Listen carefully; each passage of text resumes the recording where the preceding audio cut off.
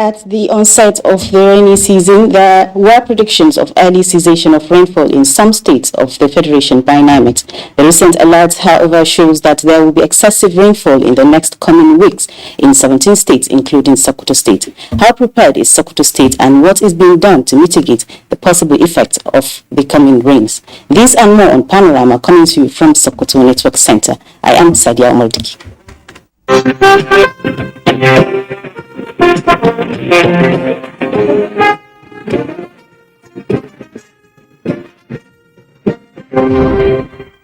The federal government has reaffirmed its commitment towards reducing the effects of both man-made and natural disasters, as well as other misfortunes on Nigerians, saying, however, that succor and livelihood support will be given to those in need for as long as it takes to enable them live a life of dignity and comfort. President Muhammadu Buhari, who stated this at this year's World Humanitarian Day celebration in Maiduguri, expressed formal appreciation to aid workers for their tireless effort at saving lives, preserving human dignity, and alleviating suffering. State House correspondent Adam Sambu has details. Humanitarian Day celebration themed Service to Humanity. It Takes a Village is set aside to honor and appreciate humanitarian workers for continuing, despite all odds, to deliver life-saving support and protection to people most in need. Records show that since 2016, 35 of them lost their lives, 22 wounded, and 28 abducted by criminal gangs. There's no way the good people and government of Borno State will not honor the memories of those who have died and appreciate the contributions of those that are still with us, given the enormity of the challenge that we have faced in our current district and the incredible dedication of the humanitarian community in helping us. One of the reasons we have chosen the Northeast, in particular Borno State, as the venue for this year's event is to highlight the tremendous improvement in the humanitarian creation in this region, to provide a human face to climate IDPs and to inspire the change needed. President Muhammadu Buhari joined the world leaders to pay tribute to humanitarian workers from all walks of life and nationalities that are advocating for and delivering life-saving aid to the most vulnerable of the nation's citizens and those affected by man-made or natural disasters. We stand and shall continue to stand in solidarity with humanitarian aid workers and recognize their tremendous service and sacrifice. Their selfless commitment and actions stand as an example to us all. The people of the Northeast, the president said, have suffered disproportionately as a result of insurgency, but was quick to note that a stabilization and development master plan containing programs and schemes to facilitate the physical and socio-economic development of the region has been finalized and ready for validation. Let me use this medium to invite all relevant agencies to continue to provide support to the government's drive to stabilize the IDPs, care for victims of insurgency, as well as commitment to the ongoing processes concerning Boko Haram ISWAP members who are willing to surrender. As a government, we will continue to support those most in need, acknowledging the threat that unexploded ordnances can pose to post-conflict returnees, as witnessed in the latest IED incident in Bama. President Buhari said specific programs and projects will be put in place towards responding to these emerging challenges of explosive ordnance, as well as the increasing number of orphans and widows. He used the opportunity to once again appreciate the armed forces and other security services for their professionalism and tactical penetration to the hideout of the criminal elements, leading to appreciable improvement of the security situation in the Northeast. I therefore implore you not to relent in your efforts. Continue to take the fight to their hideouts and ensure they are completely eliminated. I also implore you to ensure adequate security for farmers in their farming activities. During the event, exemplary humanitarian workers were recognized, while a 500-unit housing estate for the IDPs constructed by the federal and Borno state governments were inaugurated virtually by the president, who also unveiled a food basket and inspected an exhibition of skills acquisition products. From Maiduguri, Borno State, Adamu Sambo, NTA News. Humanitarian Affairs, Disaster Management and Social Development Sadia Umar Farouk has flagged off disbursement of cash grant for vulnerable groups targeting over 7,000 beneficiaries in Borno State. The minister also flagged off 5 other national social investment programs in Borno, all designed to address poverty and uplift standard of living of the citizens. Namuna Garba reports. Us, they reduce the poverty. This government considers that a person with disability can also be an independent with such a support. These are some beneficiaries of the various programs. The Minister of Humanitarian Affairs, Disaster Management and Social Development, Sadia Umar Farouk, disclosed that President Muhammadu Buhari directed that 70% of the beneficiaries must be women and 30% youth, while at least 15% of the total number must be allocated to citizens with special needs, including persons with disabilities and senior citizens. Similarly, the Minister Sadia Umar Farouk has flagged off digitized conditional cash transfer payment system for all households to be receiving monthly stipends of 5,000 naira for the period of 2 years, with another 168 youths issued certificate starter packs as well as 10,000 naira monthly stipends for the special and skills training category. This is one of the highest plots in the country because we acknowledge the impact of insurgency and the large volume of IDPs in the state. By at least training them and giving them startup package, it's up to them now to take their destiny in their hands and make sure that they succeed. Onboarding of Stream 2 of independent local youth monitors, she added, are to receive 30,000 monthly stipends for a year to closely monitor and report implementation and performance of NTA projects in Borno. In Maiduguri, Maimuna Garba, NTA News. Then Muhammadu Buhari says keeping the peace is now a matter of priority to his administration as normalcy gradually returns to Borno and all areas affected by terrorism and insurgency. Speaking at the palace of the Shehu of Borno, the president also promised to make every day count in the provision of public good to all those in need during the last lap of his tenure. State House correspondent Adam Sambo reports.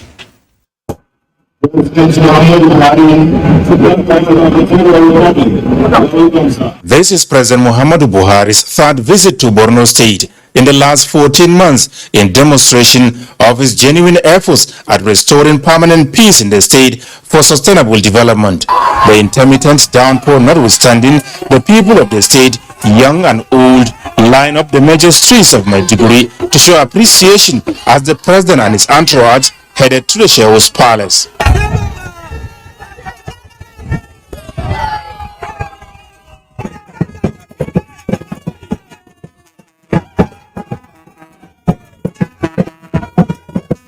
The Shehu of Borno, Abubakar Ibn Umar Garbai El Kanami, who on behalf of the people thanked the president for walking the talk in the state's restoration, rehabilitation and reconstruction drive, made a case for the return of oil exploration activities in the state as well as the revitalization of the Lake Chad Basin Authority.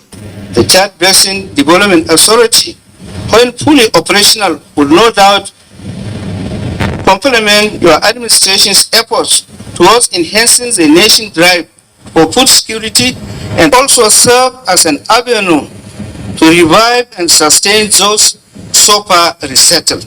I am pleased to inform this gathering that His Excellency President Buhari last week has approved the sum of 15 billion naira in favor of the Presidential Committee on Repatriation and Resettlement, with the view to resettling our refugees that are living in the Republic of Chad, Nigeria and Cameroon. And this is a clear testimony of his administration's desire to shift its focus from shorter term humanitarian support to medium and longer term sustainable and durable solutions. Responding, President Muhammadu Buhari appreciated the people of Borno for recognizing his administration's efforts at the restoration of normalcy in the state, promising that nothing will be left to chance towards keeping the peace for sustainable socio-economic development. Relative to time and resources, certainly this administration has paid the attention to this part of Nigeria because they deserve it.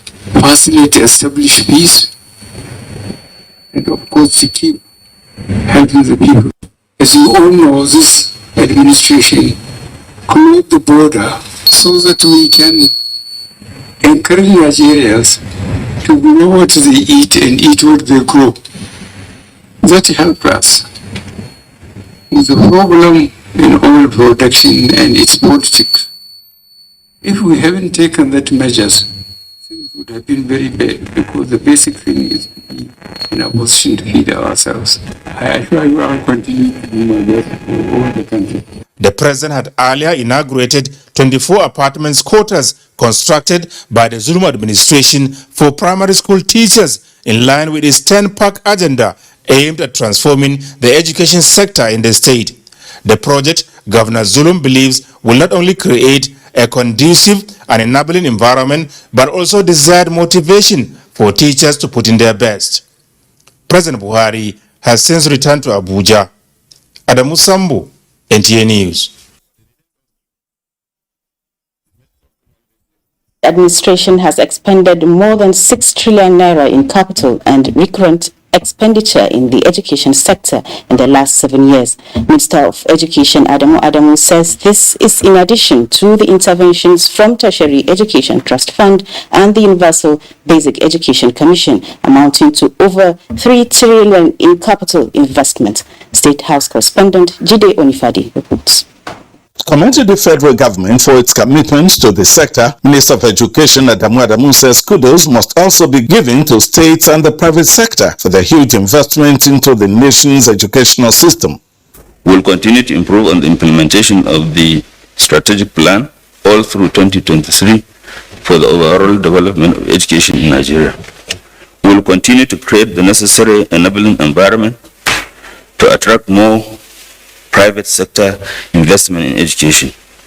By the grace of God, we are going to hand over a better education sector than what we inherited. The minister says the last 7 years have been eventful with the implementation of the sector's blueprint, and these include massive infrastructural development. This administration has ensured that all states of the federation now have a federal university and a federal polytechnic.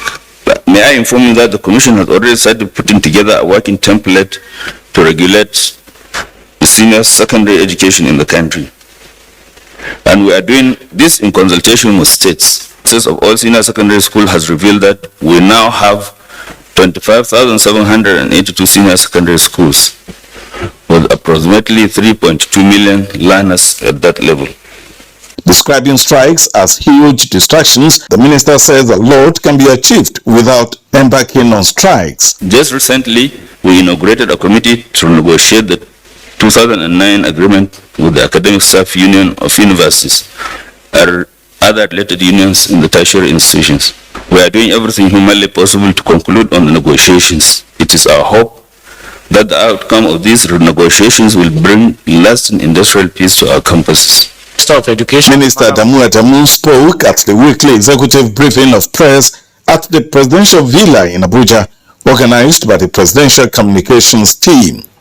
In the State House, Jide Onifade, NTA News. On Panorama, please stay with us. The vaccine offers hope for a safe country free of coronavirus. I urge all state governments, traditional and religious leaders to take the lead in the mobilization effort within their environment and spheres of influence. I similarly urge all eligible Nigerians to present themselves and be vaccinated in accordance with the order of priority already mapped out at the various authorized designated centers only.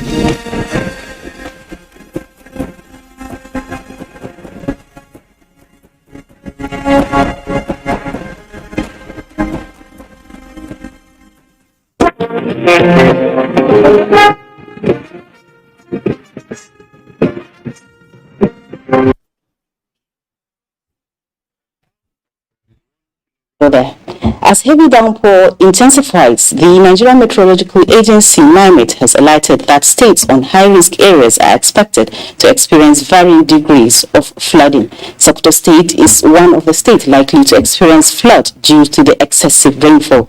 In this report, Dalhatu Abdullahi Safi Al-Mugure examines the efforts by government to mitigate the adverse effects of flood. Sokoto has an average annual rainfall of 629 millimeter and it lasts from June to October. Prediction by Nigerian Meteorological Agency indicates that excessive rainfall in Sokoto State is likely to cause flooding.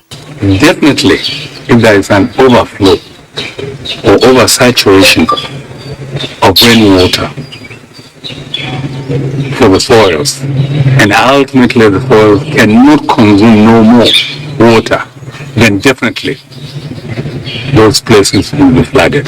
Even before the prediction by NIMET, some local governments like Urno Rapa and Gorenyo, as well as some areas in Sokoto metropolis, have experienced flood. However, state and federal governments, as well as World Bank, have successfully completed the construction of 18.6 kilometer Mabera drainages toward curtailing annual flood in the area. With the prediction that flood will hit Sokoto, Commissioner Ministry for Environment Aliyu Balarabe Dandimma has said the 3 meteorological stations established in 3 local governments that include Wamako, Raba and Sabon Birni will assist greatly in taking measures before flood occurs. Experts emphasize that communal efforts should be intensified and environmental laws enforced. Drainages should be evacuated so that it will give free flow of flooded water anywhere else. Otherwise, another problem still.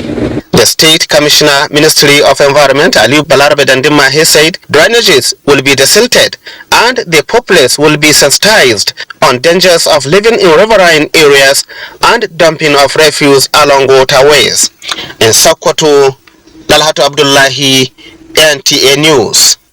And now to our discussion segment. With me in the studio is Kasim Muhammad Yabo, Managing Director, Sokoto State Environment Protection Agency, to discuss NIMET alert on excessive rainfall and how prepared is the state. Sir, you're welcome to our studios. Thank you for having me. So, sir, the recent alert by NIMET shows that there will be excessive rainfall in the next weeks for 17 states, including Sokoto State. How prepared is the state now?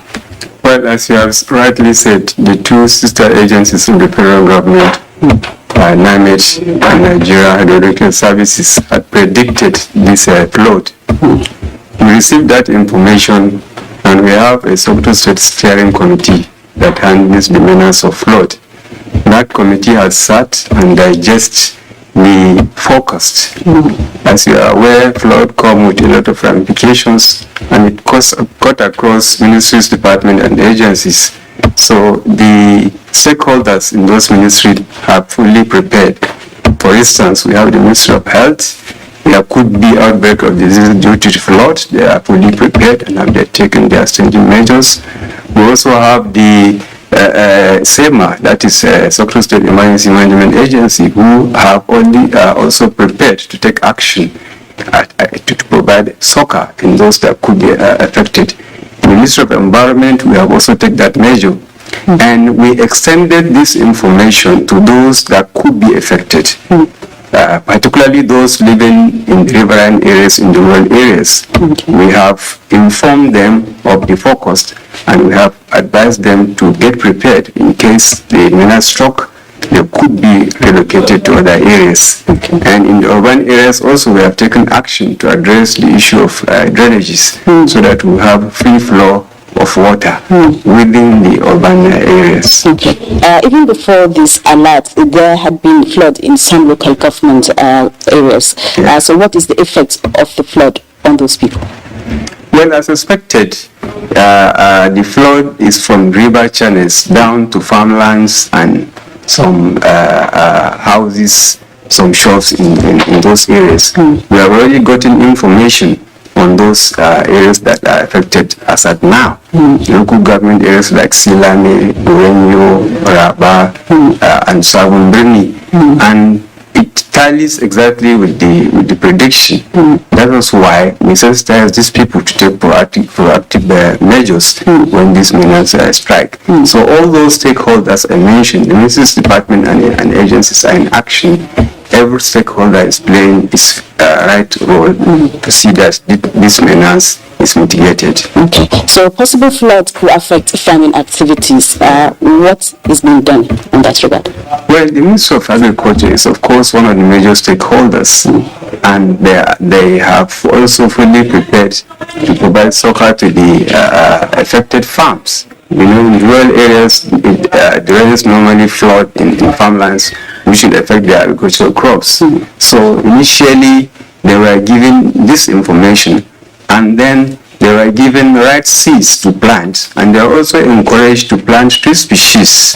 I mean, in those areas that could be flooded. If they have tree species in those areas, particularly the Panorama areas, at least they will get something out of it. And they were initially advised to plant early maturing crops so that they could harvest those crops before the menace struck out. And then again, they have this advantage of irrigation after the rainy season. They will also be provided with inputs so that they will carry out their irrigation activities at the end of the rainy season, so that it will complement the loss. Okay. Flood. So do the state have any ICT facility to help in tackling these issues? Yeah, you see, the information we have gotten from the two sister agencies is very, very important to us. But we went further to establish substations, sub-meteorological stations, 3 in the state, 1 each in the central zones of the state. This will give us an update information so that we will prepare in advance, and we will continue to compare the predicted information with the information we'll be getting from those stations. And we have staff stationed there around the clock, liaising with the communities, the immediate communities, so that we'll be getting this information as and when due, and that will enable us and the other sister ministries, department, agencies to take action. Before I let you go, briefly, how enlightened are the people about this? Well, they are very enlightened, because immediately we got in that information, we cover all the 23 states of Sokoto State, and we have reached out to all these people that this is what they should do. The only problem we are getting normally is for people, particularly those that could be relocated. A number of them are resisting this relocation, but they are fully aware, and most of them have complied with the information. Thank you very much for coming, sir. You're welcome. That is our discussion segment, and now for sports, we join Sport Desk for Sport Update.